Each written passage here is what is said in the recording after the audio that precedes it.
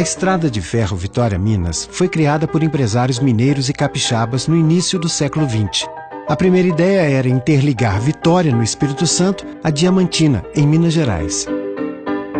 Pouco tempo depois, foi descoberta uma grande jazida de minério de alto teor em Itabira, Minas.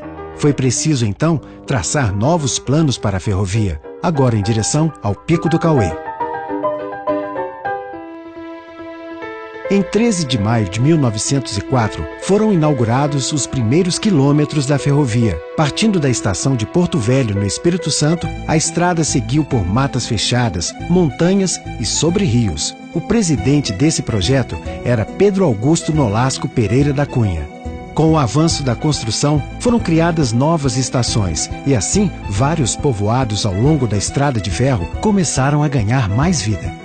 Em 1906, a estação de Colatina foi inaugurada com uma grande festa. Um ano depois, a divisa do Espírito Santo com Minas Gerais se transferiu para a região das estações Baixo Guandu e Aimorés. Logo depois, Vitória Minas passou a atravessar o Rio Doce, em Figueira do Rio Doce, hoje Governador Valadares. Entre 1915 e 1918, durante a Primeira Guerra, a ferrovia parou. Na década de 1920, foram inauguradas as estações de Ipatinga e do Calado, hoje Coronel Fabriciano. Com a chegada da estrada de ferro, a região do Vale do Aço se mostrou estratégica para a instalação de um polo siderúrgico. O primeiro trem de minério foi carregado em 1940, na recém-inaugurada estação Desembargador Drummond. O minério veio de Itabira, em caminhões, e seguiu para o porto de Vitória em uma viagem de 24 horas. Lá, o navio finlandês Modesta foi carregado com 5.750 toneladas que seguiram para os Estados Unidos. No mesmo ano, começou a ser construída a linha entre Desembargador Drummond e Itabira, e também as estações Capoeirana, Oliveira Castro e Engenheiro Laboriou. A estrada de ferro passou a contar com 545 quilômetros.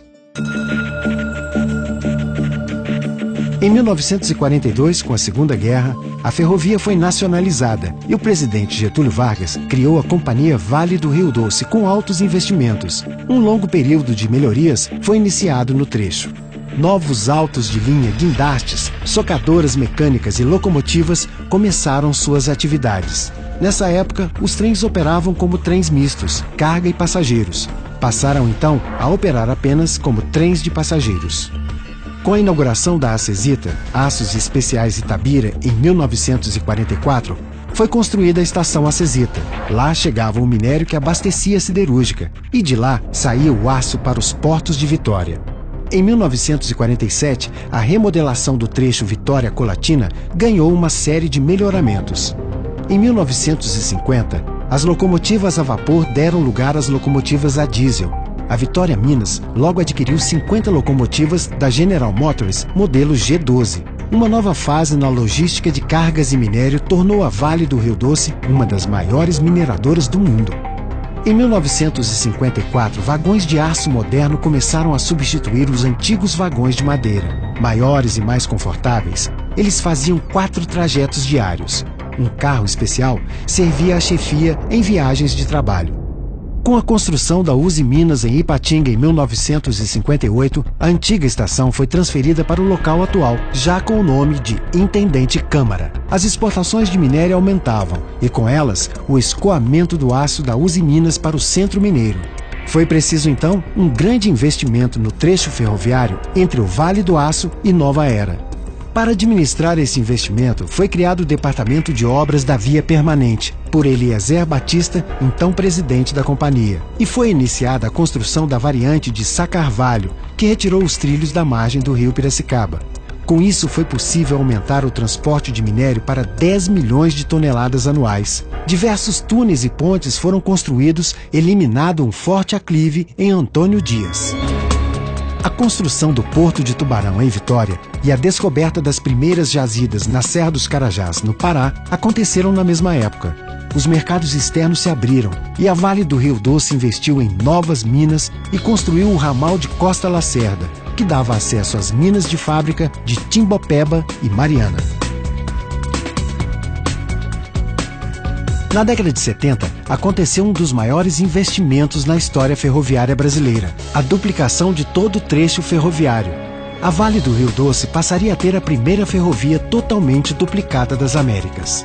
No mesmo ano foi instalado o estaleiro de solda em Governador Valadares, que passou a produzir as barras de trilhos soldados com 200 metros de comprimento. Para os serviços de duplicação, foram adquiridos vários equipamentos de terraplanagem. Em seguida, foi instalado o Centro de Controle de Tráfego, CTC, que passou a controlar todo o tráfego ferroviário. 1984.